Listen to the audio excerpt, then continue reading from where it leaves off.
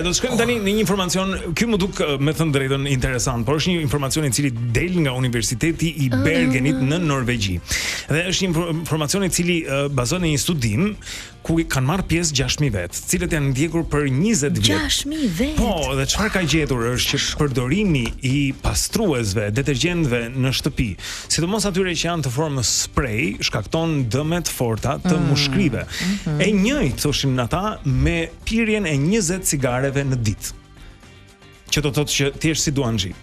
Dhe studimi tregon që gratë kryesisht, ndoshta thon ata për arsye biologjike, ndoshta sepse janë më shumë të ekspozuara ndaj këtyre. Se çfarë ndodh është që aerosolet, grimca shumë të vogla të këtyre detergjentëve, nëse ti bën spray për shembull xhamat e një dritare apo një xhame një pllake pasqyre në atë, ato rrinë në ajër dhe është shumë e nevojshme thonë që të hapen dritaren dhe të pastrohen. Prandaj duhet që të aerosen. Zonja që punojnë pastruesa apo zotrinj që punojnë pastrues, cilët për vite me radhë ekspozohen ndaj këtyre sprejeve, detergjentëve, këtyre aromatikëve që janë në to, 20 cigare në ditë. Domethënë dëmi është barabar. Pra nëse spin fare cigare, zero se I kanë pirë gjithsesi. 20 cigare në ditë në jetën e tyre. Flitet për shkaktim të azmës, gjithashtu dhe gjithashtu edhe tek fëmijët. Ato gratë që janë më shumë të ekspozuara kanë gjasa pasaj që tua pasojnë edhe fëmijëve që lindin, ka një prirje me 40% të rritur për azëm. Nëse mami është ekspozuar shumë ndaj detergjentëve gjatë gjithë kohës. Mama tonë me këto detergjente që kanë marrëdhënie shumë të ngushtë. Shiko, ka dhe njerëz për shembull që nuk janë të ndjeshëm, po themi me një herë, po ka disa për shkak që janë shumë të ndjeshëm. Me detergjente lajn me acid gjithkohës.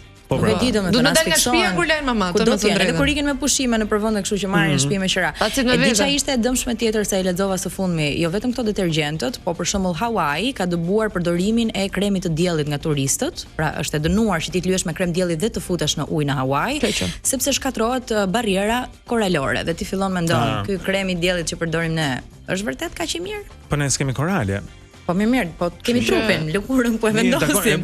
Kam përshtypjen, kam frikë se nuk ka të bëj me lëkurën ai shumë sa ka të bëj që kur ti futesh në ujë, ti lëshon atë në ujë, edhe ai shkon te koralet. Po koralet mund të jenë më të ndjeshme se sa lëkura jonë, po themi në një aspekt. Se ne bëjmë të gjë. Lyhemi tani me krem dielli. As 3 sekonda hym det. Se për çfarë lyhemi domethënë perëndia. Di po s'ka koralet. Se ajo që dim deri tani është që kremi I diellit shumë I nevojshëm. Duhet ta Po sigurisht na mbron nga rrezet e diellit, kështu që se djegës, pastaj na dëgjojnë dermatologët dhe na thon kështu ashtu.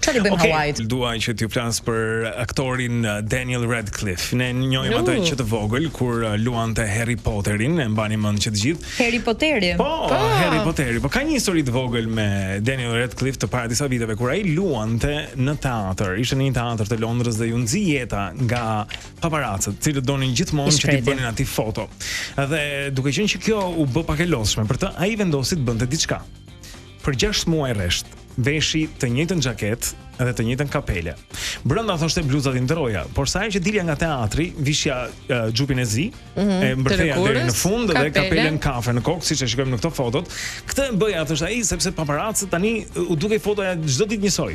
Dhe nuk I shisnin dot fotot e reja, sepse dukeshin sikur ishin bërë dje, sikur ishin bërë pardje, po. Edhe ura interesi që të më fotografonin, thoshte sepse unë nuk ndryshoja. Isha boring, isha I mërzitshëm, gjithë ato rroba.